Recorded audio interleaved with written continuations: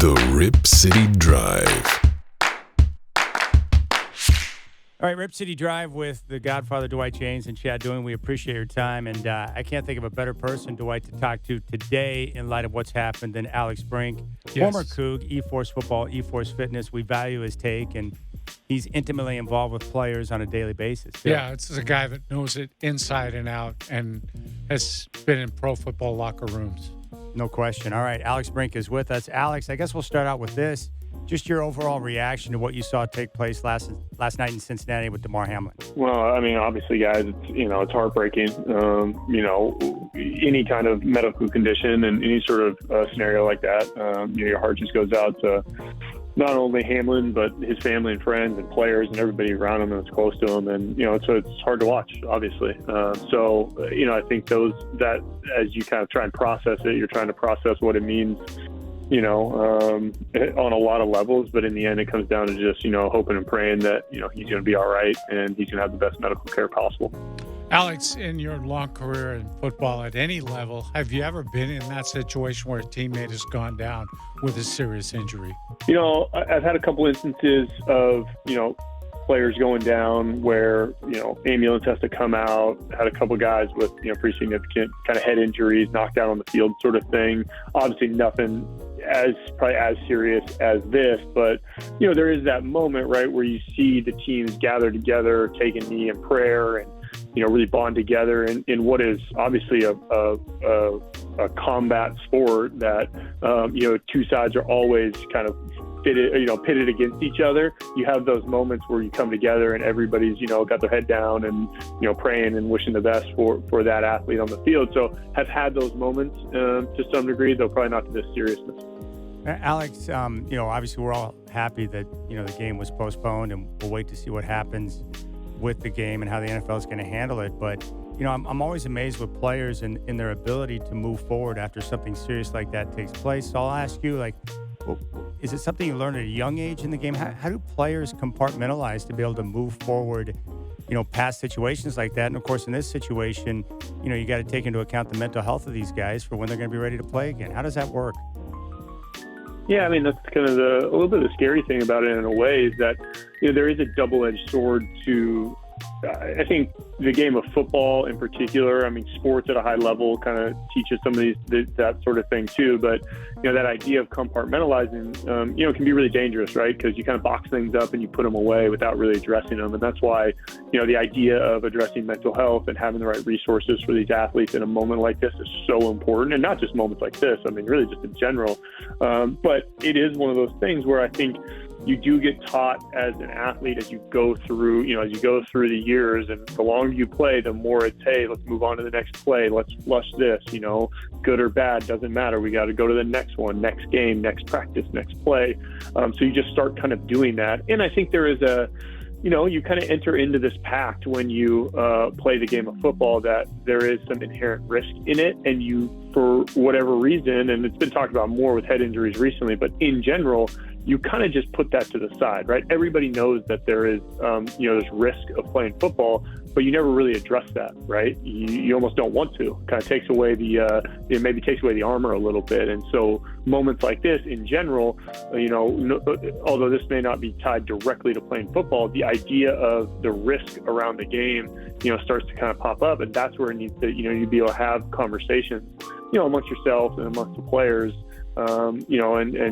talk about, how you're feeling in these scenarios. In the end, most of these guys that are there are going to choose to keep playing football, because that's kind of their job in this moment. But it certainly makes you think about it and think about what that means and the value and the worth behind it.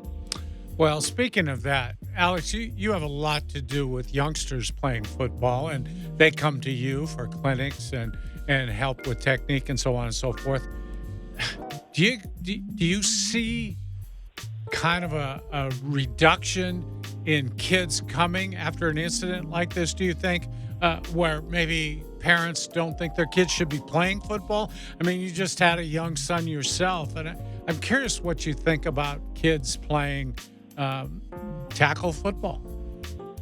Yeah, I mean, I think in a broad perspective, there's been a lot of great conversation about this probably over the last 10 years, particularly tied to concussions and head injuries. And, the changes in the game with rules and hitting and the way tackling's taught and the way practices are run and kind of just the general thought process around playing the game, right? Not lining up and doing Oklahoma drill and not lining up and banging heads. Yeah. All of that stuff is good, and it's made the game safer. And so when it comes to playing tackle football, whether it's my son or I'm talking to other sons, other people's sons, I feel like the game of football, provides so much on so many levels when it comes to team sport and, hard work and integrity and teamwork and, all of the things that go into it. But the reality is, right, football is a hard sport. It's a hard sport to play. There is a danger level associated with it. So, yeah, you see, parents making decisions and athletes making decisions and saying, how far do I want to take this? Do I even want to go down that road? I do think in the end that the game itself is safer, and as it's taught right, it can be safe. And that it can be a great experience for athletes at all ages. But there's no doubt that you have to have these conversations to continue to keep making it safe and keep it a safe space. And so I think that's a conversation for all stakeholders, right? That's coaches, fans, management at the highest level, administrations at the young level, youth organizations, youth partners. Everybody's got to work together to make sure, this great game, stays in longevity and allows athletes and young athletes to get to enjoy it. We're talking with Alex Brink, our college football and NFL insider here on the Rip City Drive. Moving forward, that game is secondary, and that's the way it should be. What do you think is appropriate based on the situation for the league to be able to handle that game, which has great implications on the playoffs? Would it be best to just scratch the game, declare a tie, or look to somehow reschedule it in the future? What do you think is the appropriate way to move forward with that? I think that honestly, that question it's really tough, frankly. I mean, without knowing any of the implications or, gaming it out that far in my head, my answer is probably that you got to scrap it in the sense that it's too hard to reschedule within the confines of the next few weeks, right? Without maybe putting the players in more danger by playing in short weeks and things like that. So, whether it's declaring a tie or just taking it off the schedule, now how that affects playoff rankings and playoff standing, obviously that's a much bigger picture. So I don't know. I mean, that's, there's a lot of people that get paid a lot of money, starting with the commissioner, to figure out what they're going to do with that. And they're going to have to earn all of that in this moment. Alex, let's move on to maybe happier topics. We were treated to 2 unbelievable college playoff football games last weekend, and I'm curious your reaction to those 2 games.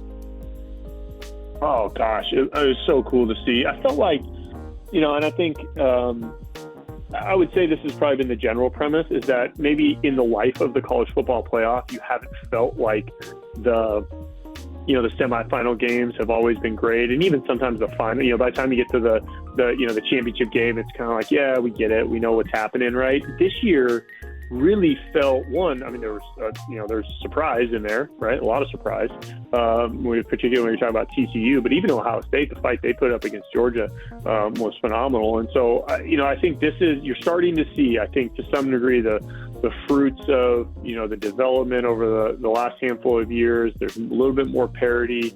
Teams are, whether it's a transfer portal, recruiting and development, all those sort of things, teams can play. A team like TCU, can play on the same level, right, as some other teams. And so I thought it was really fun. I mean, it was as good of a weekend of football as you probably could see. And, the TCU storyline is incredible. And again, like I said, I was as impressed with Ohio State and the way they played against Georgia. Do you think TCU has the material to be able to be competitive against Georgia? My knee-jerk reaction is no, probably like everybody else. But I've kind of felt that way about Ohio State, right? I felt like Ohio State and TCU, in a way, are kind of similar. They're not incredibly physical football teams. That in general, they're not offensively. You feel like their speed is going to be neutralized by Georgia's team speed. But I think what you saw with Ohio State is that a mobile quarterback who is also accurate and tough, can make some hay against that Georgia defense, especially when they're missing a couple key pieces. And that Georgia offense is incredibly explosive. But if you can keep them in front of you and tackle, you can minimize some of that explosiveness. And what happened to Ohio State, right, obviously, is, late. They had some breakdowns in the secondary late that really hurt them.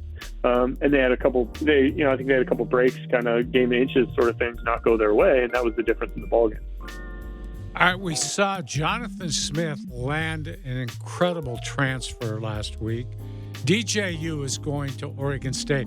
I'm curious how you think that's going to work out in light of this kid was so highly recruited out of high school. He was a terrific high school player. Maybe didn't exactly meet expectations at Clemson. How do you see all that working out in Corvallis? Well, yeah, I mean, DJ was probably arguably the top high school quarterback coming out in his class, and I got to see a lot of him, and he is supremely gifted. I mean, he is big and strong, and he can move well for his size. All the things you want in a quarterback. He's played at a high level at Clemson. Yeah, I mean, I think and there's some of that where maybe he hasn't reached those expectations, but the expectations were so high. And in this day and age with transfer portal, it allows a guy like DJ to kind of press the reset button a little bit. He comes to think about it. He was a kid from California. He goes all the way out to Clemson, South Carolina, which is not a metropolis by any means, right? You're on a different coast. You're in a whole different cultural environment. And maybe you don't find the early success you're supposed to have, and then things start getting really sideways. So he gets to come back to the West Coast, be relatively close to family and friends. His brother just committed to Oregon, so the family's going to be around the state of Oregon. So I think this is a really cool opportunity for him personally. And then I think for Jonathan Smith and Brian Lindgren, the offensive coordinator, who are both quarterback guys, I mean, they've got a guy now in that room that's physically as good as you will find. And they have a chance to really make some moves because that's what's really held that Oregon State. And you're talking about a 10-win Oregon State team that's been held back at times by quarterback play. They might have that piece of the puzzle now with DJ. Wanted to ask you about USC. Their defense, obviously a hot mess. Alex Grinch, the defensive coordinator, what are you seeing on that side of the ball with them? Is this just a matter of needing to bring in more talent? Is it a scheme issue? Is it Coach Grinch? Like, what's going on there?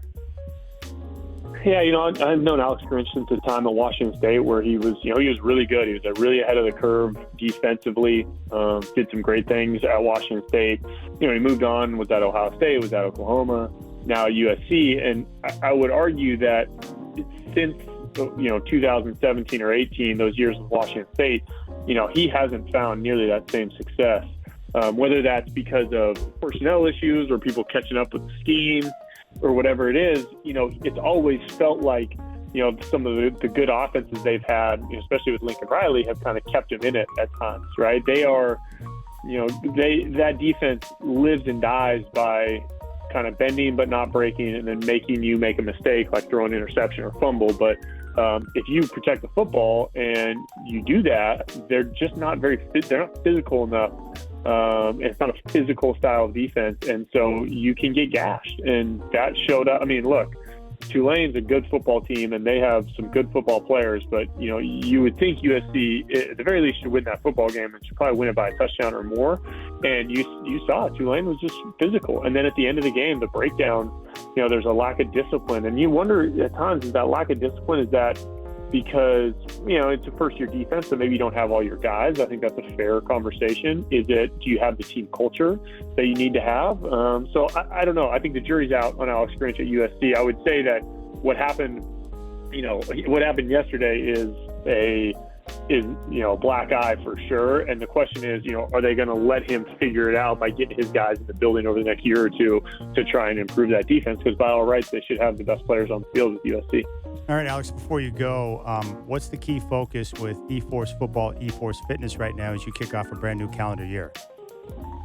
Yeah, really excited. eForce football, we got a lot of great things going on. It's obviously off season, and so we've got tons of training. If you got a quarterback in your family, youth and high school, we have a bunch of quarterback trainings that happens on weekends under our Field Generals program. I get to lead all that with some other great coaches. You can see all that at eforcesports.com and look up QB training. We also do training for all positions: wide receivers, defensive backs, running backs, linebackers, offensive and defensive linemen. We have camps and clinics and private training opportunities for any athletes that want to get better on the football field during the off season. So don't hesitate to check out eforcesports.com or email team@eforcesports.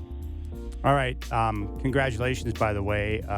You and your wife have welcomed a new son into the world over the last week. Xander's got a new brother. What is your new son's name, and how is he doing so far? Yeah, he's doing awesome. He's Bennett Brink was 7.5 or 7 pounds 5 ounces, 19 inches. So, we're hoping he keeps growing. But everybody's happy and healthy around our household, and I certainly appreciate the congratulations. All right, write those names down, ladies and gentlemen. Bennett and Xander Brink. And about 18 years from now, you're going to hear both those guys as they enter the D1 college football platform. Right, and Godfather? Alex, I saw you play a lot, and I always thought you had pretty good hands. How you doing with the diapers? Yeah, sure. I do my best, obviously. You know what I am? I'm just a real kind of do everything type of guy. It's like the more you can do, that was always the motto when you're in the NFL locker room. So, I'm like around the house, the more I can do, diapers, dishes, whatever. I'm going to, as much as I can. Sure. Well, Alex, we appreciate your time under, challenging circumstances with the topics and stuff. But thanks, buddy. Enjoy the week, and we'll catch up with you next week. Sure. Appreciate it, guys. Take care.